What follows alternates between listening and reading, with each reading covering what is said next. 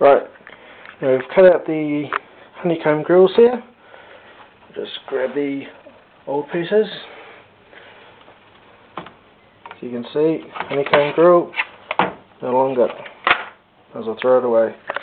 Right, now right next door here, we've got the original plastic piece, and as you can see, when that sort of sits on, when it sits on in its rightful place, which is somewhere around about there, as you can see, it tidies up all the edges, looks as nice as.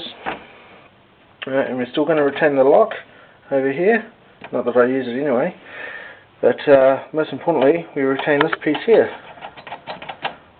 Well, you can see it because my hand's in the way, of course, but yeah. So, because I've got on my particular case, I'll show you later on, in the side panel, like in here, you obviously have your sort of thumb screws, top and bottom, but on my particular case, I've got a custom bracket that goes down the side here, and on there I've got a Black Ice 480 GTX radiator, and there's not much room between the fans, which are on the side of the radiator, and the back of the case. So I actually tried to do it, put thumb screws in the other day, and it'd probably take a good 5 minutes to get them in there, and you need like tweezers and pliers and everything else. So I was like, no, bugger that. So that's that as it is at the moment. The cut's a little bit rugged, as you can see on the edges there. It's a little bit rugged, but that'll file up just nicely.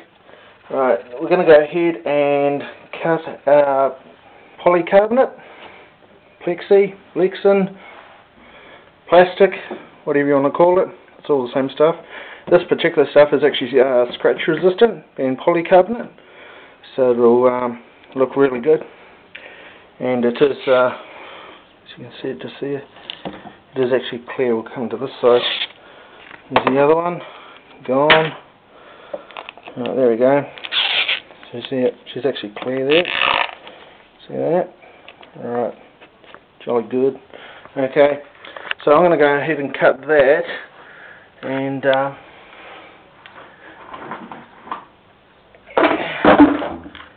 I drop everything. Alright, now this is probably going to get a little noisy, so it's probably going to sound just fantastic, in fact. Alright, there we go. Happy as Larry. Alright, mint. Now the trick to cutting this, especially on a saw like this, is to take it very, very slowly. I can do it with the jigsaw, but it doesn't come out. This guarantees it being exactly square.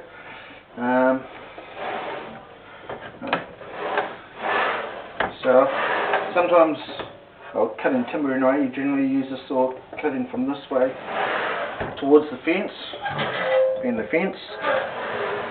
But with plastic and aluminium and a few other bits and pieces, you can get specialty blades for it, which have a negative rake. So we're just going to go for this, and hopefully it will turn out nice. Alright.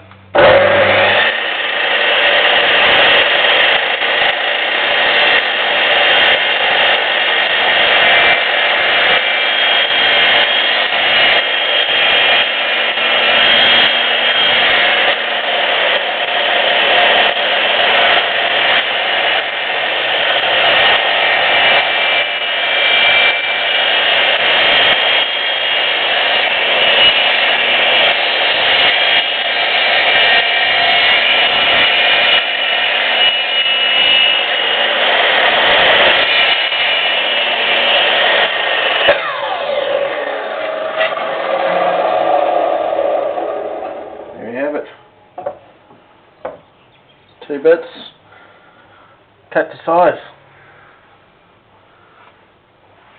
Rightio. Now what we're going to do is we're going to get rid of that. That's just the stand that the camera is sitting on. I've cut a plastic. I might use that later on as another window, maybe in the top of the case, maybe a little window in the power supply, maybe.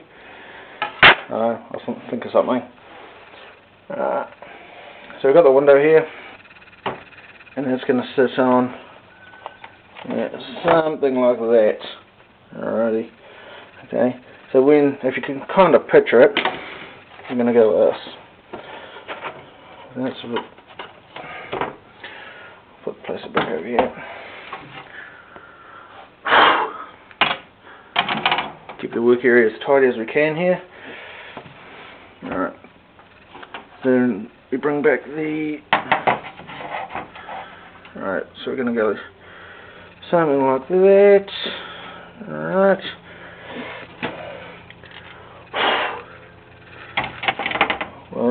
With that on the front.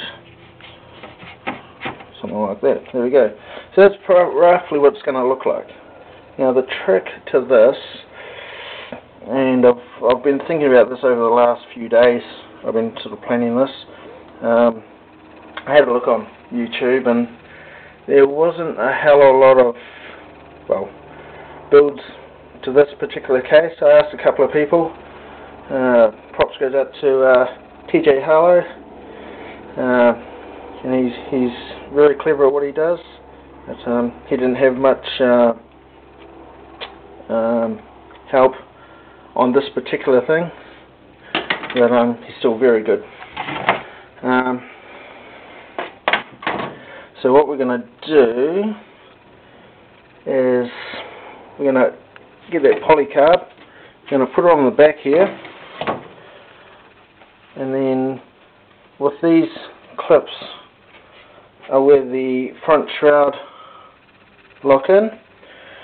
Now the problem we have is with the plastic is where it sits in relation to this little clip here.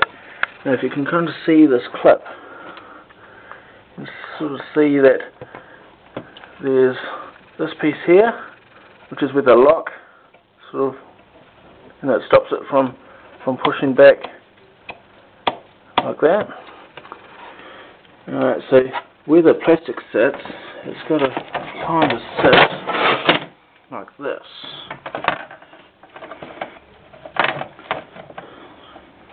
It's going to sit kind of like that. Alright, so what we're going to do is between that particular area there, between the screw and the edge of this plastic sheet, we're going to cut that back so that we still retain the movement and also have the overlap of the plastic onto the plastic frame, so we end up with no gaps, and hopefully we're going to work out quite nicely. Alrighty, okay, I'll just do this stuff and we'll see how it comes out, and we'll go from there. Alrighty.